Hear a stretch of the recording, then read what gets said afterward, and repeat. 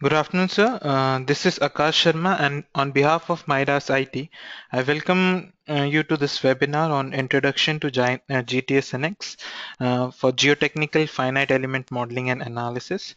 I'm Akash Sharma, working as a technical support engineer at Mumbai office, MIDAS. So, first of all, today I will be telling you about what exactly MIDAS is. MIDAS is a South Korean based company, software company, which is there in the field of software for civil engineering and mechanical engineering. As you can see that we have softwares in all the departments. For buildings, our flagship product is MIDAS Gen. For civil or for bridge, we have MIDAS Civil. For geotechnical analysis, we have two softwares, MIDAS GTS NX, which is a 3D solution, and then we have MIDAS Soilwork, which is a 2D solution. Today, I will be talking all about MIDAS GTS NX. So this will be the content for our presentation. I will tell you about the product, the modeling features, what exactly can be done, what are the analysis, the post-processing, and the project applications where one can use the program. First of all, about the product. GTS NX is a completely finite element analysis based software. It has its own pre-engine, post-engine, and its own solver, and it has been fully optimized for 64-bit platform. I would like to highlight the point about that it is a finite element analysis software. That is, you can perform the analysis. So what exactly I mean here is that, for example, if you have a slope and you want to check the slope stability, you will run the analysis in the program, you will get the factor of safety for the same, and then if, for example, the factor of safety is coming less, let's suppose you want the factor of safety to be 1.5 and you are getting 1.2. So what you will be doing is that you will be like, for example, remodifying the model, and then you will once again run the analysis to get the factor of safety. This I just highlighted this point because many times there is a confusion regarding the same. So moving on about the user-friendly and intuitive GUI, you can see that it is a very tabbed kind of works window. It will be more clear when I will be demonstrating you. And also the most important thing is if you see that it is multi-window. Most of the finite element software, what happens is that when you run a model, you cannot even use the system. But MIDAS GTS provides you with the option where you can open 2 to 3 models at a single time. So you can run the analysis in one model and work on the next model until the other analysis gets finished. So it is a 64-bit environment platform. So large scale handling of models is easily possible. And even we have some advanced automated tools, which I will be highlighting to you, which makes it more easier to work with GTS NX. So this is the general workflow. So what we think at MIDAS is that we try to simplify each and every step. So the general workflow is same. You do the modeling, you mesh it, then you run the analysis, you get the result. But what we try to do is we try to make each and every step simpler. For example, the option of auto connect. Now, what happens is that whenever you deal with solid geometry, for example, if you have two solids, so what you need to do, you often need to perform the Boolean operation. For example, I want to cut one solid out of the other. Now, when you have n number of solids, this step becomes very much complicated. So with GTS NX, what you can do, you can just use the auto connect command, and all the Boolean operations for all the solids will be automatically done by the program. So these are few of the tools. Now talking about modeling, so since we are dealing with geometric modeling, all the tools like extrude, where you can just define a profile and then you can create a solid, can be done. For example, if you want to create a tunnel, you can use the swipe command. You have other options to play with solids like the Boolean operation, divide, trim, uh, or the Boolean operation like fuse, cut, and common. I'll just move on to the program so that it doesn't get too much into the presentation, and I will try to highlight each of the features one by one. Now I'll start with the general workflow. So whenever you start with the program, initial setting you need to do, whether you want to do 3D or 2D modeling. Okay. Now whatever you want to do. For example, today I will be showing you a simple example of, let's say, a raft resting on a soil. So how to start the modeling? First of all, whenever you start a 3D modeling, you need to think of the 2D simulation of the same. Regarding that, first of all, let me introduce you to the work window. So this is the general work window of GTS NX. All the things are tabbed above as per the analysis. And the most important part which I find is this workstream window. Whatever you create goes on the left hand side. So it is divided into three parts: model. So all the things till meshing is done comes under here, under geometry, under meshing, you can see. Then you have the analysis. So all the boundary condition and the analysis case comes in here. So if you want to edit, you have to go to the workstream window. And finally, you have the results. Now let us first of all change the work plane to XY. So as I told you, I want to create a raft resting on a soil mass. So what I will be doing is I'll go to geometry and I will think of the best simulation. So what I will do, I will create a rectangle. So let's say 0, 0, enter 10, 10. So this is nothing but this is my soil mass. Okay, how I will create the 3D solid? I will use the command extrude. So let us create a solid. Select the target object, make it basic. So this is the selection filter. It will help you to select whatever you want to select. Select the direction. So 10 meter, just preview it and say OK. Fine. So the solid or the soil mass is being created. Or what we can do, I will just reverse the direction. Let's say extrude. Select the target object. Same thing. Basic. Select the direction. Just reverse the direction and say apply. Fine. So this is my soil mass. Now let us create the raft. So once again, I will think of the simulation. Let it be a raft which is rectangular. So let us input the coordinates as 4, 4 and 2, 2 be its length and width. Once again, let us extrude it. So select the target object. Once again, you need to change the filter. Select the direction. Let us take the thickness as 1 meter. Preview it. It's going up. So it's your choice. So let us keep it up. Say OK. So this is as simple as that, how you create the solid geometry. So this is the first step. And then now I would like to move on to the presentation part. It was just to make familiar that how exactly the modeling is done. So generation of 3D topography layers, many times what happens is that we want a real simulation of the actual top surface. So if you have the contour plot of that particular area, you can create the surface out of it, as you can see, and then you can create the solid out of it. So you can simulate the top surface as nearly as possible.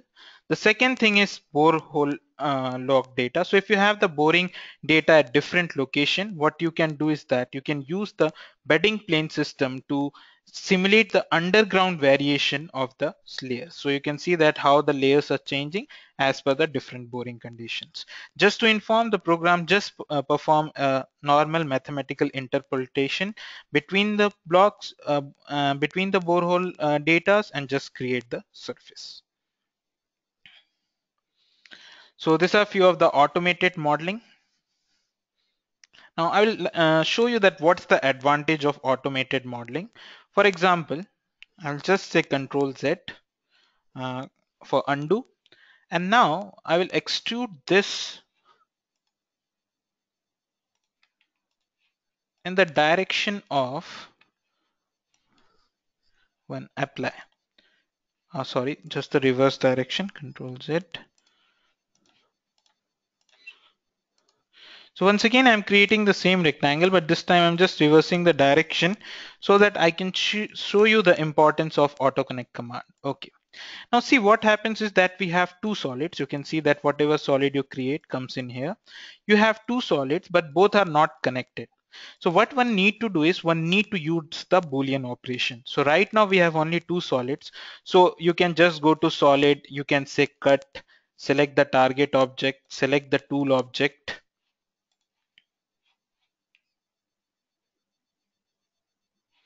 Just hide this main solid, select the tool object, then delete tool and then say OK. So you can see that you have cut the main solid or the raft out of the main solid. Now I'm just undoing it. So for two solids, it's okay. I can do it manually. But what happens when you have n number of solids? So you have this option called auto connect. You just say auto connect, make it Boolean. So whatever solid is activated in the window, you just say select all and OK, and automatically the Boolean operations will be performed by the program. So you can see it has automatically been connected. So this is how we simplify steps. Now moving on to the presentation part.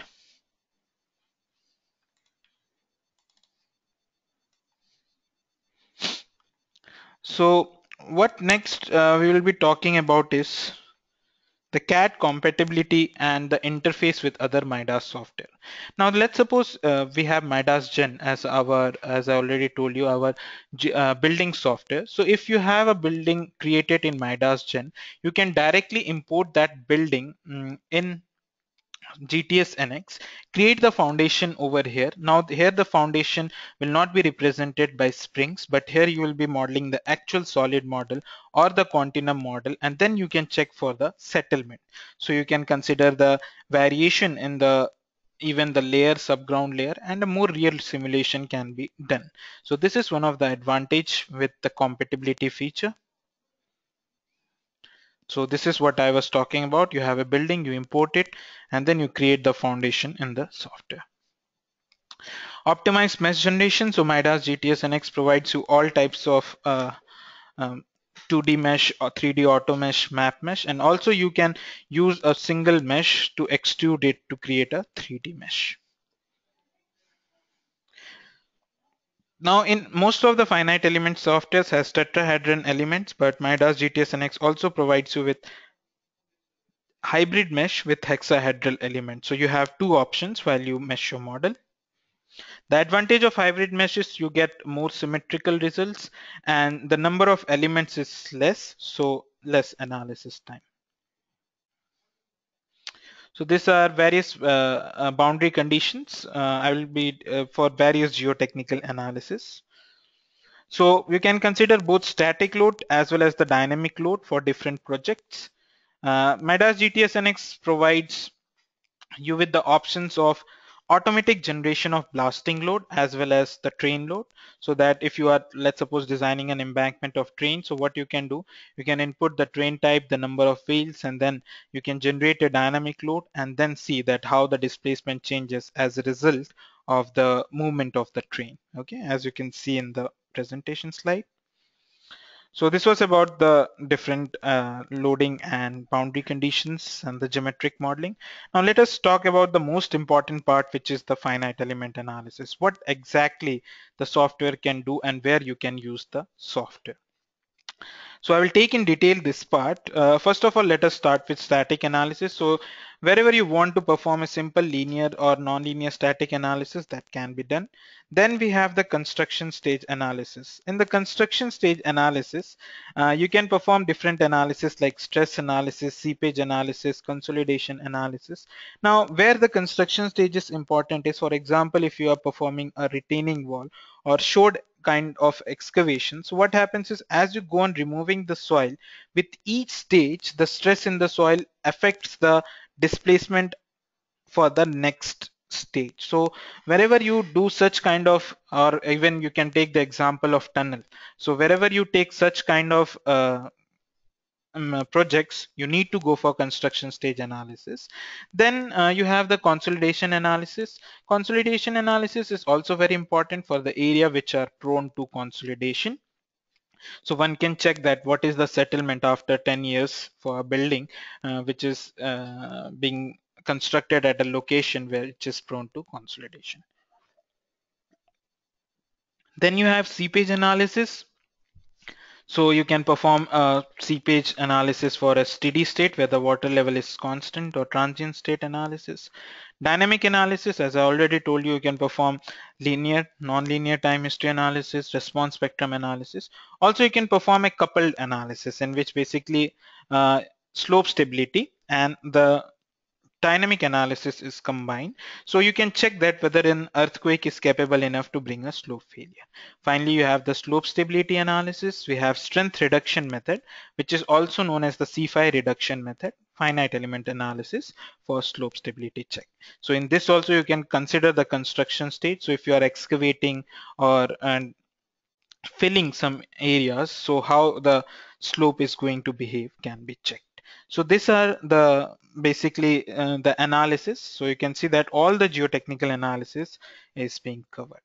Now, talking about element library, now you might be thinking that when we have a 3D software, why we have 1D and 2D elements. So many a times what happens is that, for example, if you are creating a retaining wall, so the most important results which you will be interested is in the bending moment. Now, you have to model it as a 2D element, because in 3D element you don't get bending moments, you only get the stresses and displacement. So accordingly, for example, I created a pile, I run the analysis. So for the design, the structural engineer will be asking me that what is the bending moment coming in the pile. So at that time, I cannot model it as a 3D element, but I have to model it as a 1D beam element. So you can see that we have the element library including 1D, 2D, and 3D elements to deal with all the geotechnical issues. Now, as you know that when we model concrete, we have the material type as elastic. But when it comes to soil, it becomes very, very important that how can we simulate the actual behavior of soil. For example, you know that clay behaves very much differently in comparison to sand, especially with the loading unloading curve. So how to simulate that thing in the software? So you have to select the exact plastic materials, whether it is more column modified cam clay, to understand how exactly the soil is going to behave, and then accordingly get the reliable results. So most of the times if you find that people go with more column material model, because the material properties which are required are easily available from the geotechnical analysis, like E value, the Poisson's ratio, unit weight, C and phi. Okay, so that is why people mostly go with more column. But to simulate the actual ground, you have to select the appropriate material model. Then, as I already told you, for 64-bit platform, you can handle large-scale modeling in the program. So this is a bonded contact. This is basically for nodal disconnectivity taken from the mechanical software. Auto reflection of water level, as you can see in the right topmost image, many a times what happens is you have a water table and you do the excavation under it. So what happens is you want automatically the program to apply the water pressure on the side walls, because it looks easy, but when you go for the selection it becomes very difficult at times. So that can be automatically considered in the program. We have all the benchmarks and verifications, and more than 100 problems are solved and demonstrated and is there in the file of our GTS NX. So as soon as you download, you get accessibility for all the benchmarks and verifications. Now talking about the post-processing. So before post-processing, let us move on to the program a bit. Now, as I told you, after completing the solid geometry, you go to mesh, you define the material. Now we'll create the material. So we have two types of material. First one is raft, and let us give some E value to it, and let us give some unit weight to it and say apply. Similarly, let us define for soil. So you have more column, just selecting more columns. So let us give E value to it, and I'm just taking C and phi as 30 and 36. Say okay. I'm sorry, I'll just modify the name as soil. So having generated the solid geometry, you need to define the material properties. Material, then you define the property. Now what exactly property is, what kind of element you are going to assign the property. Right now we have 3D element, but let's suppose we had a curve, then we would have gone for 1D. Now in 1D, what kind of element you are going to create, beam, embedded truss or truss. So you need to define that property accordingly. So this is a very important step. So I'm just saying create 3D. So one I will create for raft. As you can see, the material selected is raft.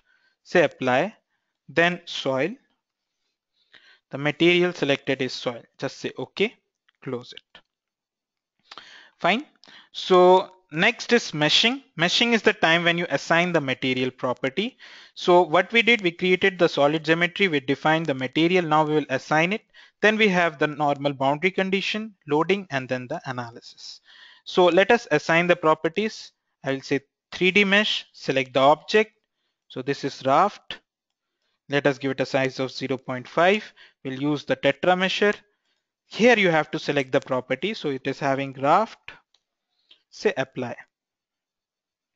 Then the bigger solid, so bigger solid you can go with the increased nodal size because this area not important for me, the outside area. Give it a property of soil and just say soil. And when you say OK, the program will automatically take care of the nodal connectivity. You can see the nodes are automatically connected. Next, we define the boundary condition. So meshing is done. We move on to the static slope analysis. You have the constraint over here. You can manually define the basic and advanced option, but you can directly go to auto, give it a name, let's say GS for ground support, and say OK. So automatically it has been generated. Then the loads. So I will just generate self-weight SW. Now let's suppose you want to apply some pressure on this loads. So see, this option is very important. You need to know where to hide, unhide things. Go to front view, pressure. We'll select the 3D element face. We'll select the top faces. Let us apply a load of, let's say 100, and just give it a separate name, pressure. Say OK. Fine. Now we will perform a simple linear static analysis. We'll not perform construction stage analysis. So you just go to analysis, you go to general, linear static, simple analysis. So we'll just give a name as raft analysis. Just move all the thing to the right hand side. So this is what whatever you activate will be considered in the analysis. So just say OK, analysis, and you perform the analysis. You just need to save it somewhere.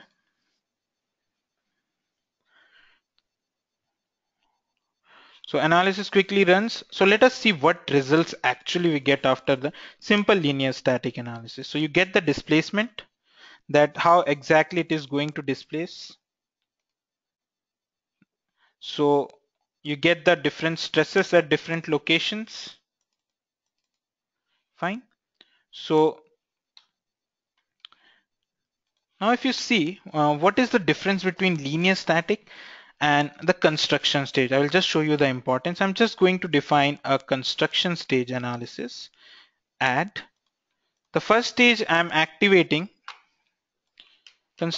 So whatever you want to activate will go in the activated data, the soil and raft, the ground support, and the self-weight. And I'm not considering any kind of displacement because of the self-weight. Then I'm activating the pressure. Save, close it. Now we'll generate an analysis case for construction stage.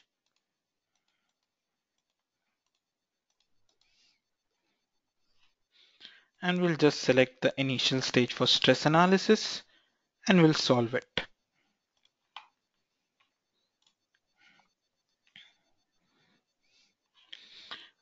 Okay.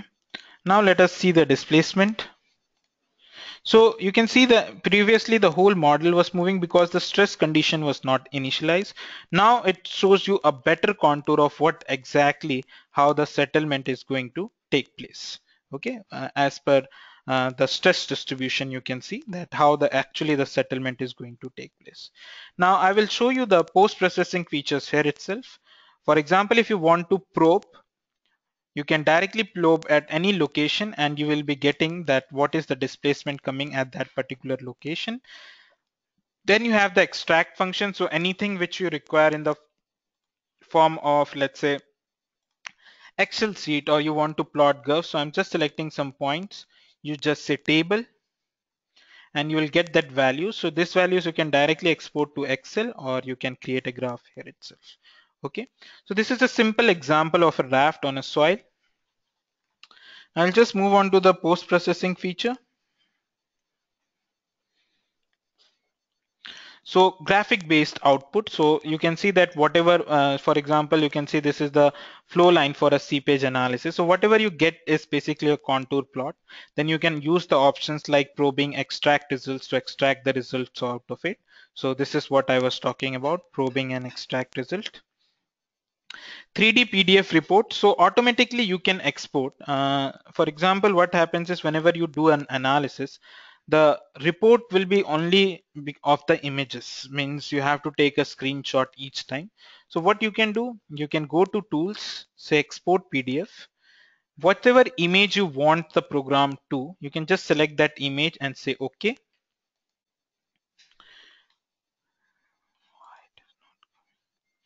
And the image will be automatically sent to the uh, PDF, where you can rotate it and where you can. I have already a file there. That is why the GTS NX is not importing right now. But this feature is the image will be automatically sent over to the PDF with this data, and then you can here itself probe it and save it. So every time you need not generate what we can say the screenshot of the program to generate your report. Now, where exactly you can use the software? That is the project applications.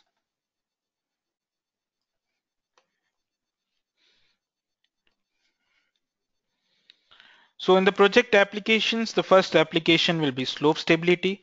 Now you know that it's a 3D software, so you can consider complex geometries or terrains for slope stability, since you can perform a 3D slope stability analysis. So here also you can consider, as you can see in this program, that how the construction stage is going to affect your slope stability analysis. With each excavation, how it is changing, that can also be considered.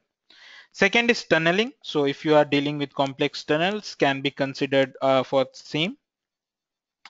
Foundation, as I already told you, simple draft or a pile draft combination can be used to check that how it is going to behave under loading conditions.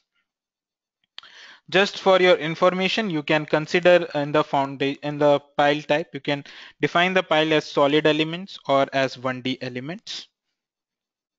In the excavation and temporary structures, what is important is, for example, if you are doing the retaining structures or you have a retaining wall, that what you can do, you can consider the stage excavation sequence with the help of retaining wall. If you have anchors and bolts, you can see that what is the maximum displacement happening. And as you can see in the first figure, if there is some nearby building, then whether it is going to affect it or not, or even if it is going to affect, how much it is going to affect the settlement of that particular building. So since you are into the field of retaining wall, I'll just open a file. So this is basically an excavation sequence using retaining walls. So let me tell you how the excavation takes place. So similarly, what you do, you create first the solid geometry. I'll just show you the solid geometry. So this is the solid geometry. You have different soil area, cutting plane, bedding planes. You have, now let me show you the curves, the anchors, which will be activating. So these are different stage anchor. So you define it as curves.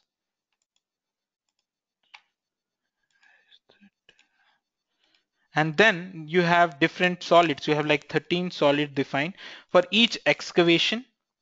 So first you basically complete the geometric modeling, then you mesh it with different material properties. Okay, now how we basically model the wall over here, I'll just show you. Wall are modeled as 2D elements. Let me show you. I'll just try to make it simpler by showing you only the stage excavation. This is the complete model which is going to be excavated. Okay, now you can see the sheet pile. This sheet pile is nothing but the wall which I am talking of, and these are the various anchors. Okay, now let me show you that how exactly the sequence is considered. So you can see that I have just activated the what we can say only the inner part so that you can see the activation of the anchor. So first of all, the wall is activated and then excavation is taking place. So you can check that how much how much settlement is going to take place. So this is how you consider it. Now, when you run the analysis, so I'll just show you that how exactly the wall look like. This is the wall which will be supporting our excavation. So once you run the analysis, with each stage, I'll just activate all the model now so that it looks how the excavation is going to take place. So you can see first is the foundation. When nothing is there, then you install the walling, stage 1 excavation. Let us check it from here. So TX, TY and TZ. So let us see the undeformed shape. So you can see the undeformed shape, how it is going to take place. Now if you want to see the shell element, which is basically our wall,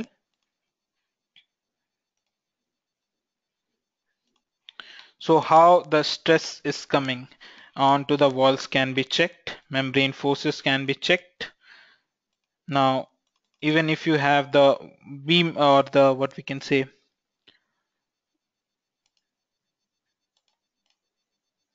the line elements where you want to check the bending moments can be considered. What I will be doing is I'll just activate the walling. So this is the walling, so you can see that how the axial force is behaving. And in the last stage, when the anchors has been generated, you can see even that how the anchors are going to behave. Okay, so what is the force in the anchors, how it is going to behave can be checked. So this is how it can be applied to excavation and temporary structures. Then you have soft soil, as I already told. If the area is prone to consolidation, you can check for the long-term settlement. You have hydraulic and underground structures can also be considered. Underground or hydraulic structures have all kind of analysis. You have to perform the seepage analysis, construction stage analysis and all. Finally, these are some of the project applications where the software has already been used. So Dubai Tower for pile drive foundations, and the Hyder Consulting UK has been used using the software for many of its tunnel projects. You have also the soil pile tunnel interaction and Gunjor TV Tower, Siachen subway station are few of the other applications. So I will thank you very much for attending this session. For any queries, you can write to us at techsupport@midasit.com.